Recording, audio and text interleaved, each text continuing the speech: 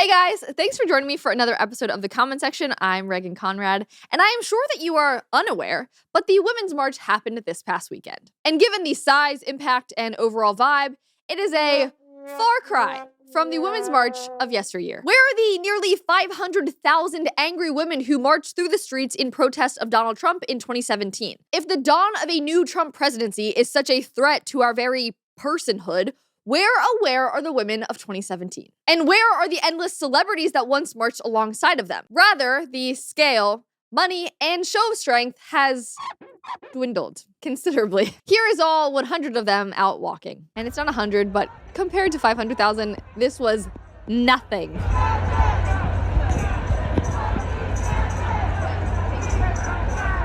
F you fascists. And if you're enjoying that video as much as I am, make sure to like this episode, hit the subscribe button, and also leave us a comment so we can see exactly what your thoughts are on these women being extremely classy and patriotic. One commenter under that said, fascist how? Fantastic question.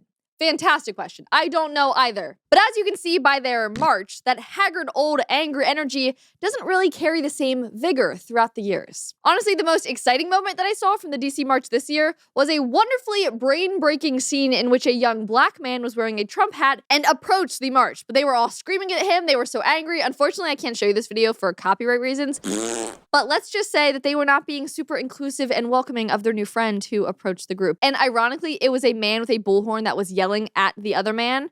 So just a bunch of men now in the Women's March, which we will get back to. I'm still going to put the link to this Twitter video in the description because I want you guys to see it. So that will be linked below. Can't show it here, but nonetheless, it is ironic. It's funny. They're yelling at him. They're saying, like, be nice to black women. And he's like, he's not being mean to, it's such a wild thing. One person commented under that video and they said, as they hold up their stop racism now signs, which you can see in that video. And besides that video, here is a photo of one of the women at the march, what she decided to wear as her costume. She's dressed up as an abortion machine and says, abortions should be free.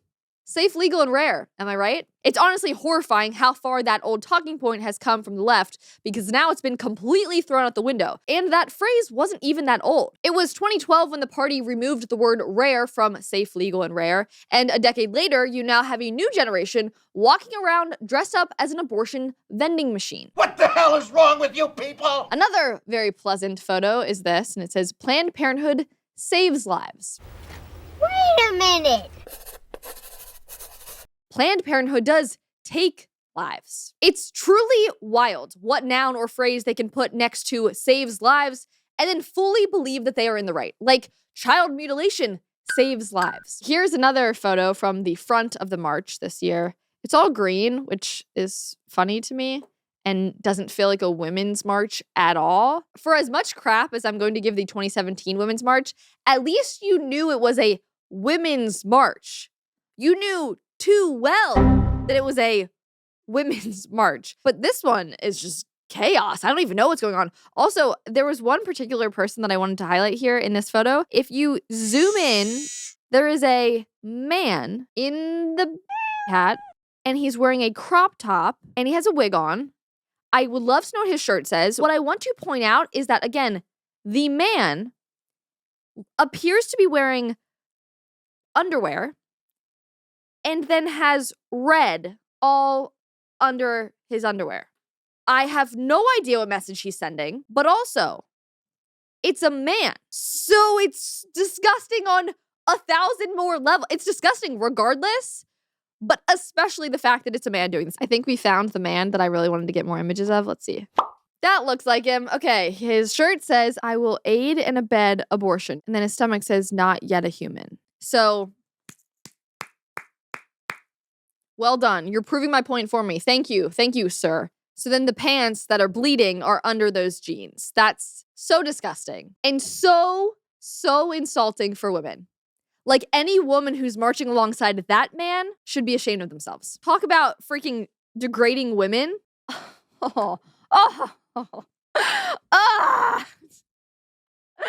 about to be the new, I'm about to put my own women's march. Next year, we should take back the name Women's March and have a proper Women's March with the badass women in the movement. reminding people what in fact a woman is. One thing that was noticeably different from this year compared to years past was the messaging and the demographic of the march. Apparently, over the last few years, it has changed leadership because it wasn't diverse enough and wasn't inclusive of all voices. I guess saying women isn't broad enough for all women. It's just for white women, apparently. And since so many of the women have left the Women's March, they also decided to rebrand. And this year it was called the People's March. You cannot make it up. They removed the word woman. Where does feminism fall in all of this? The feminists have left this group. I would hope that there is not a single feminist in that group because truly they have lost the plot completely. When there's a man freaking dressed up like he's getting his period, where are the feminists? That has to be committing some kind of feminist crime. I don't know.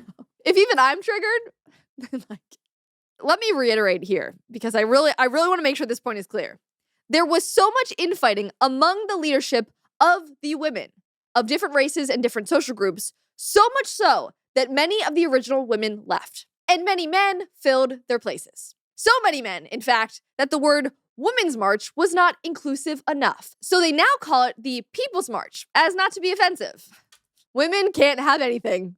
And then we do it to ourselves. Like, I can't even blame the men because it's literally our own freaking fault. The Women's March. The last frontier of someone advocating for womanhood, for women, and all that went along with that back in 2017, which I disagree with, but at least they were women. Like, this is another perfect example of them kind of eating their own, where they had something like the Women's March. It was the biggest gathering in DC, I think, right next to Obama's inauguration in terms of the scale of people. So it was working, it was successful. They actually made a point, even though it was a stupid point. Their inclusiveness ends up erasing themselves. Slow clap for all the women out there who've done this. Well done, ladies. You are really spearheading a new chapter for American women. Oh, gosh. Here actually is a faction from the march that happened in London, and this happened there. Women's rights, trans rights, one struggle, one fight. Women's rights, trans rights. There's also a couple Trump signs in that. But again, this is in the UK.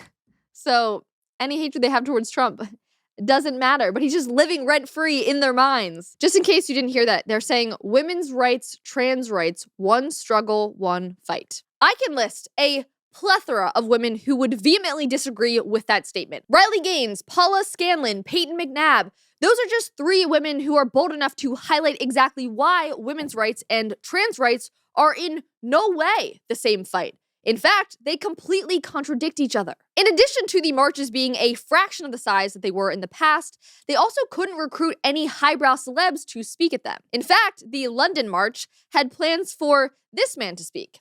That is, of course, before they found out that he was a convict who spent 30 years in 29 different male prisons for attempted murder. Andy No pointed this out and he said, wow, the Women's March in London today couldn't get Madonna to speak, but had invited a keynote Trantifa speaker, which, by the way, Trantifa is trans and Antifa combined. I think Andy coined that term himself. He said, Sarah Jane Baker was dropped at the last minute from speaking after people highlighted Baker's criminal convictions for attempted murder, kidnap, and torture.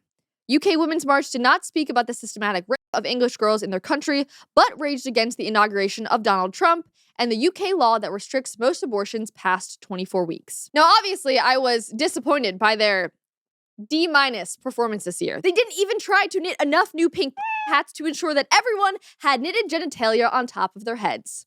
What a shame. But perhaps it is a sign that shame has actually returned and that donning a cap like that will only encourage laughter rather than any real productive conversations. But I was still curious as to their merch for their most recent rebrand of the People's March, so I went on their website to see what they had. Here we go. Buckle up. It's gonna be a bumpy one. Here are some of my favorites. You got a crew neck that says feminist versus fascist. Now the hats may be gone from this year's collection, but this one did say, this grabs back. My disappointment is immeasurable. Another one is feminist Trump fascists. So they're really trying to be witty and clever there.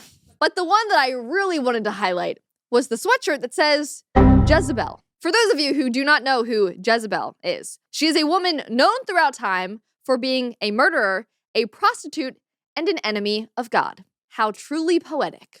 It's disgusting. Of all the women that you're going to model, emulate, look to as a role model, you choose Jezebel. Such goals. True feminism goals. In wrapping up this episode, I couldn't help but think about myself back in 2017. At the time, I was in college, slowly finding my voice and being tested in my beliefs. I wasn't very vocal online at all, but seeing the sea of hats emboldened me to ever so slightly speak out. I tweeted something along the lines of, "My gender is embarrassing me." I naively figured that everyone else would agree, political persuasion aside, that dressing like a vagina was in fact embarrassing. I quickly learned, though, that I was wrong. I got messages from girls around my town saying that I hated women and calling me all sorts of names. I'm ashamed to say that it spooked me so much that people could misunderstand my heart or my intent, that the backlash I got from that one little tweet shut me up for a while. But over the last 7 years, though, I realized that just because someone calls you something doesn't make it true. As the left so often does, and as women did in my case, weaponizing words against someone as a form of suppression is evil and unproductive. We've seen it happen with basically every ist and ism thrown carelessly onto every poster and yelled so many times that those words have lost all of their power. Thankfully, though, I've come a long way in the last 7 years, and by the looks of this march, so has our country. Things like hope, joy, and most importantly, truth can be motivating forces that transcend the test of time. On the other hand, the energy of anger and rage simply does not. Thanks so much for watching today's episode. If you want more content like this, make sure to subscribe to the channel, like this video if you enjoyed it, and hit the notification bell so you never miss an episode. Thanks so much and have a great day.